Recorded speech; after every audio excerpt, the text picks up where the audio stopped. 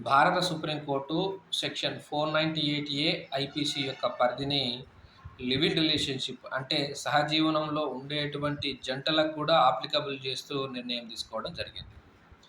అయితే section 498 IPC వాస్తవానికి వివాహం చేసుకున్నటువంటి మహిళకు ఆమె భర్త, ఆ తర్వాత భర్త తరపు బంధువుల నుండి హెరాస్మెంట్ గానీ, క్రూరత్వం గానీ, ఆ తర్వాత డౌరీ వేధింపుల నుండి గాని రక్షించడం కోసం ఉద్దేశించినటువంటిది ఈ చట్టం.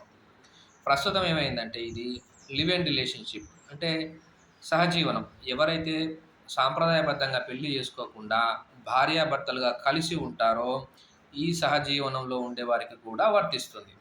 దీని ద్వారా ఏం జరుగుతుందంటే, ఈ లివ్ ఇన్ రిలేషన్‌షిప్‌లో ఈ ఎవరైతే పురుషుడు గనక ఆ యొక్క మహిళని ఏ విధంగా హెరాస్మెంట్‌కి గురి చేసినా, క్రూరత్వానికి గురి చేసినా, ఇంకే రకంగా ఇబ్బందులు పెట్టినా గానీ, ఈ సెక్షన్ 498 అంటే ప్రస్తుతము బీఎన్ఎస్ 85, 86 కింద అతని పైన చర్యలు తీసుకోవచ్చనమాట.